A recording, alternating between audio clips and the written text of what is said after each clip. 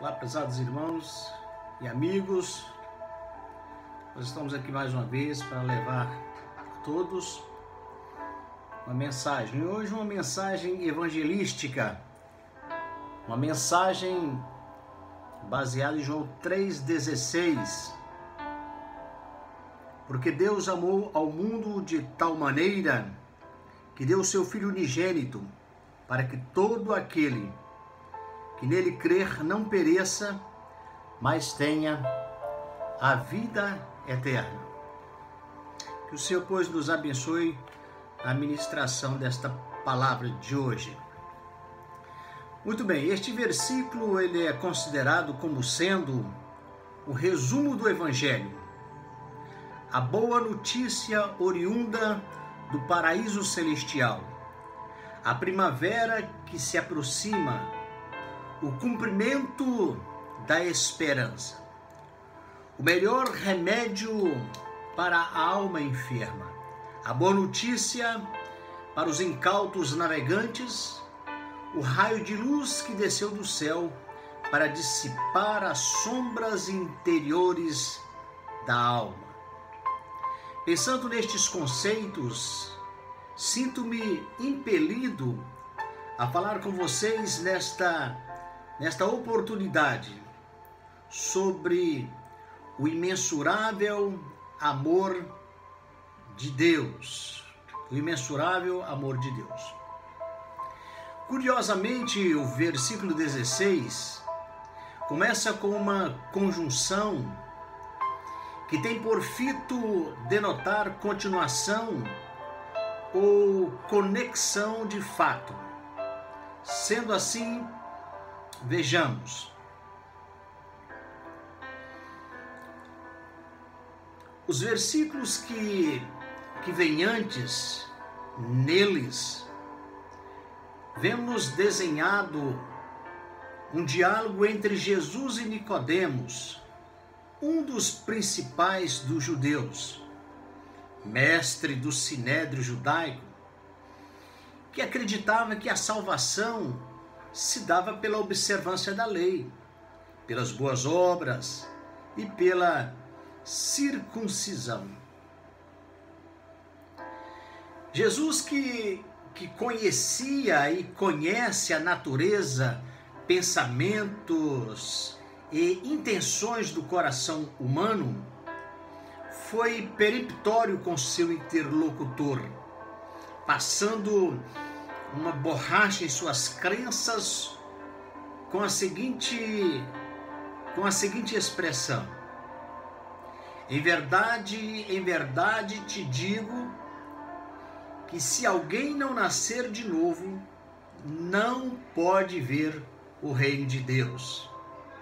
Em seguida, Jesus ampliou esta soleníssima afirmação, fazendo as seguintes pontuações decodificadas por mim. Para que o homem possa ser verdadeiramente salvo, tem que nascer do alto, tem que receber um novo coração. A salvação ela vem de cima, vem diretamente do trono da graça de Deus, que age segundo o beneplácito de sua vontade. O novo nascimento ou regeneração é uma obra de Deus somente, executada pelo Espírito Santo, que age com sua graça invisível, transformando o homem morto em seus delitos e pecados numa nova criatura. O homem não tem participação alguma na regeneração ou novo nascimento. A salvação não depende do desejo ou do esforço humano, mas da misericórdia de Deus.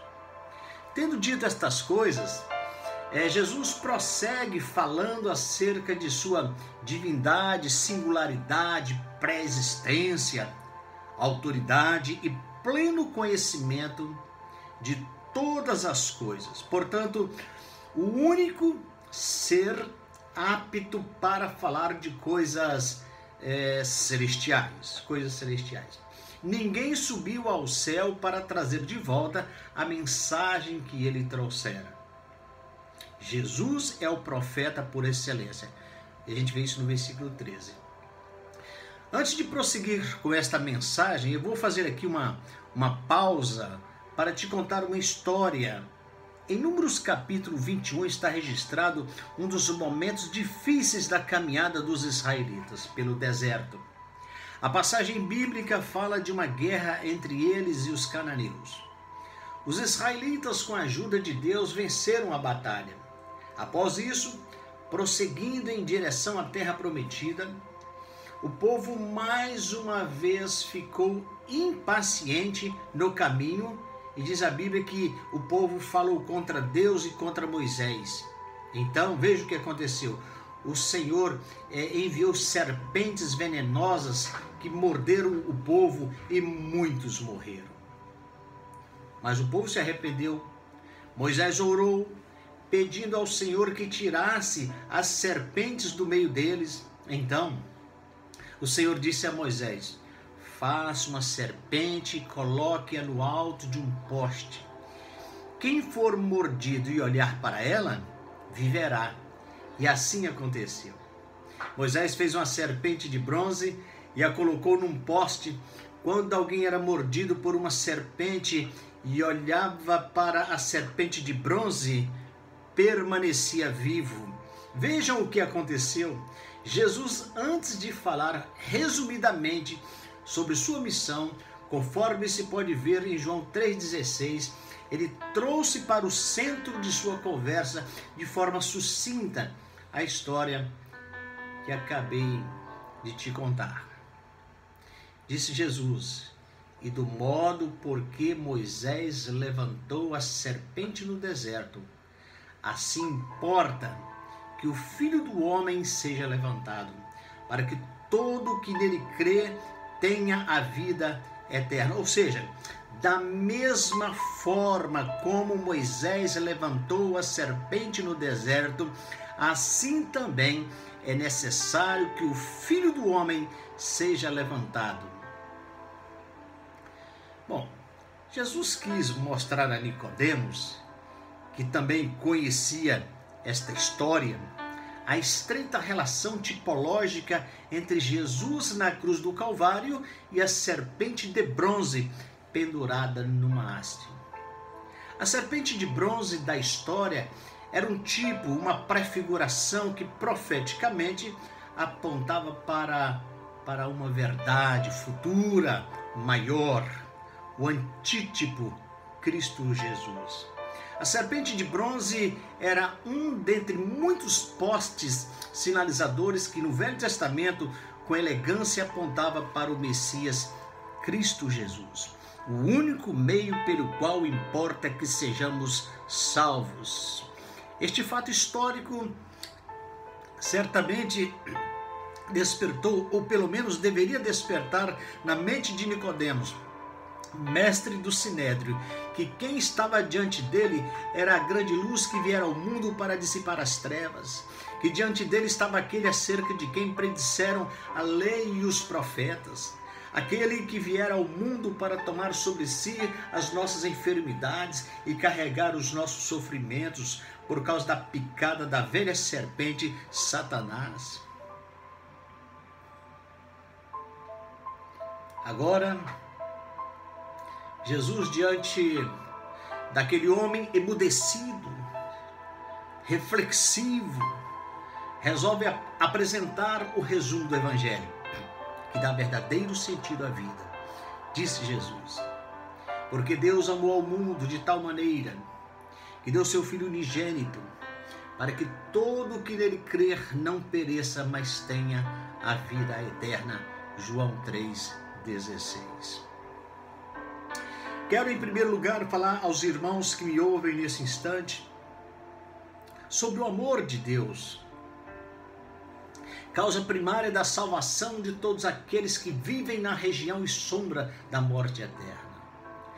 O amor de Deus é algo tremendo, perpassa o nosso entendimento. O amor de Deus é eterno, o amor de Deus ele é infinito, o amor de Deus é intraduzível, insondável, incomensurável. Por isso, honra e glória sem medida devemos conferir ao Senhor pelo seu infinito amor. Aliás, fato consumado na eternidade. Ora, uma vez que o Senhor nos amou desde antes da fundação do mundo, antes de existirmos, logo podemos disso depreender que a salvação é indubitavelmente pela graça, independentemente da observância da lei, independentemente das boas obras, independentemente da circuncisão.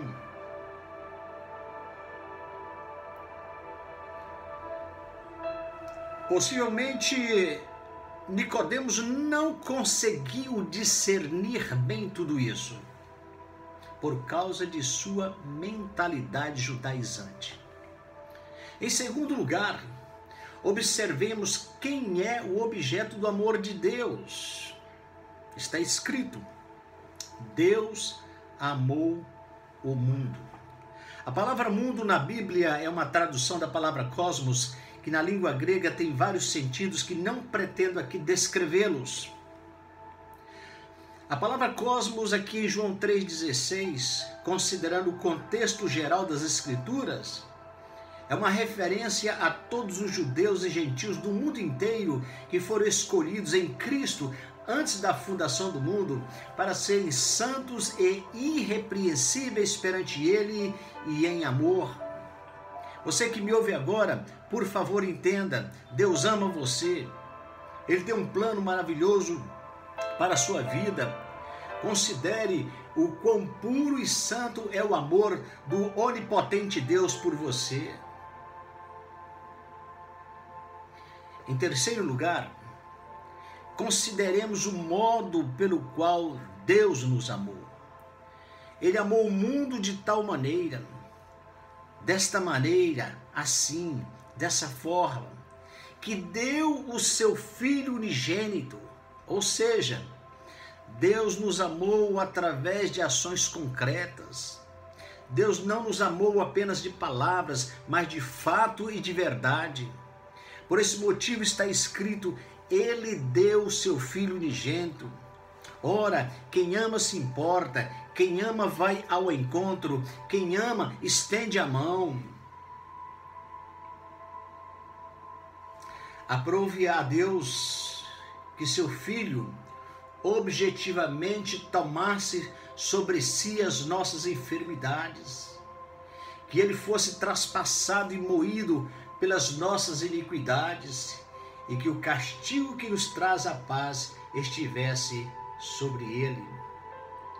Vejam, Jesus, o Rei dos Reis, Senhor dos Senhores, embora sendo Deus, não considerou que o ser igual a Deus era algo a que devia apegar-se, mas esvaziou-se a si mesmo, vindo a ser servo, tornando-se semelhante aos homens, e sendo encontrado em forma humana, humilhou-se a si mesmo e foi obediente até a morte e morte de cruz.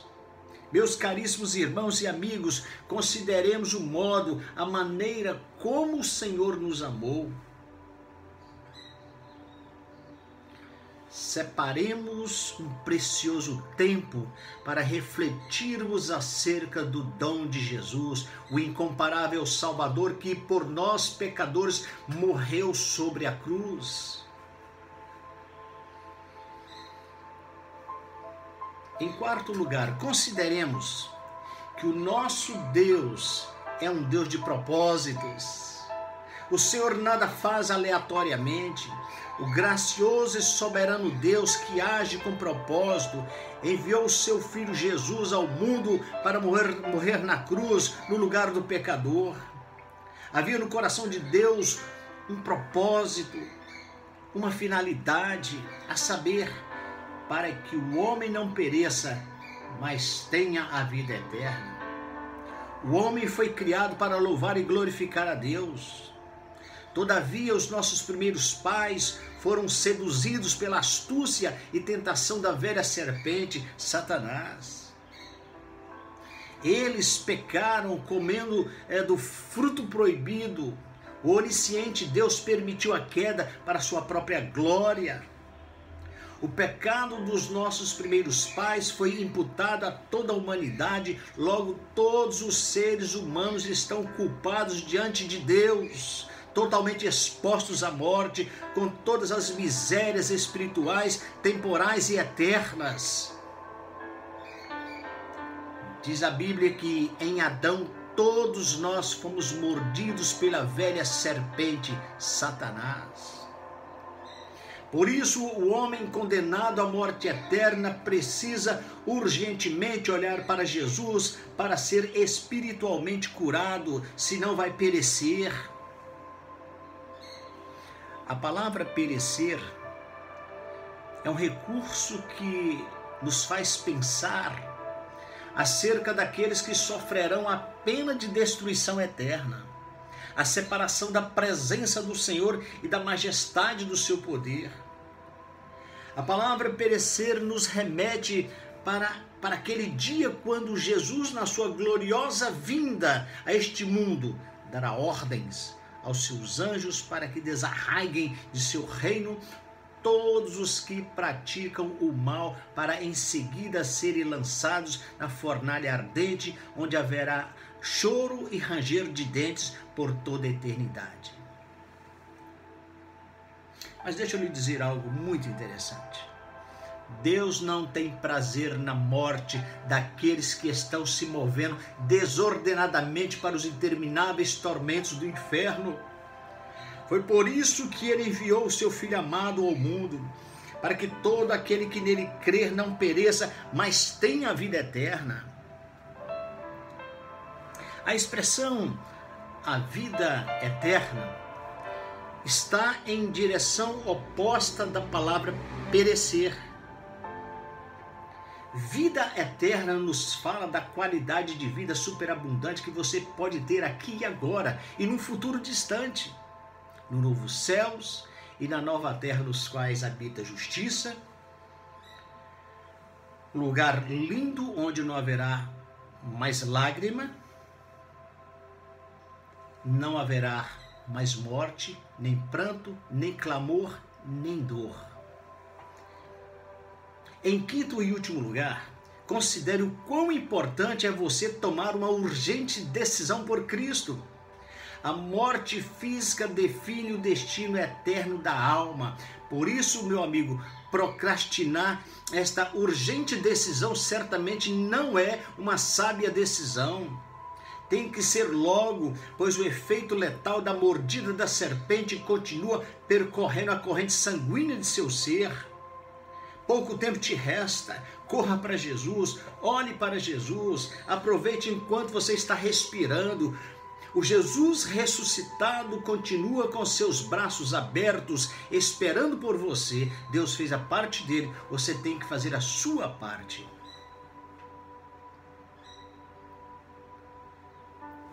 A sua parte é crer, porque Deus amou o mundo de tal maneira que deu seu Filho unigênito para que todo aquele que nele crer, veja, para que todo aquele que nele crer não pereça, mas tenha a vida eterna. Reconheça a sua enfermidade espiritual, olhe para Jesus e diga: eu creio, basta somente crer. Você precisa tomar esta decisão se ainda não o fez. Eu não posso tomar essa decisão por você. A salvação, ela é pessoal. Cada pessoa tem que ter seu próprio arrependimento. Cada pessoa tem que, com sua própria boca, comer do pão que desceu do céu. Cada pessoa tem que, com seus próprios lábios, beber da água da vida. Cada pessoa tem que, com suas próprias mãos, apropriar-se da salvação.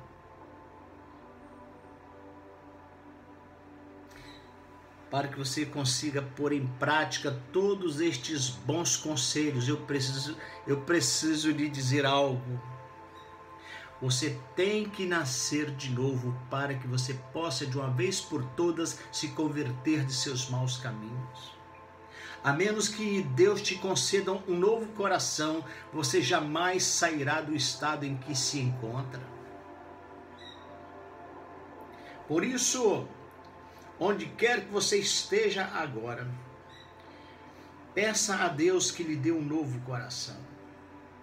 Sem este start de Deus, você não conseguirá sair do seu lugar. Debaixo de seus pés existe um grande abismo. Você não pode por si mesmo nascer de novo, mas você pode pedir a Deus que faça essa obra em você. Oro para que você tenha essa experiência com Deus e que no mundo que está por vir, você possa fazer parte da incontável multidão dos remidos de todas as nações e tribos e povos e línguas. Que o Senhor te abençoe ricamente. Amém e amém. Até breve. Que o Senhor te abençoe ricamente.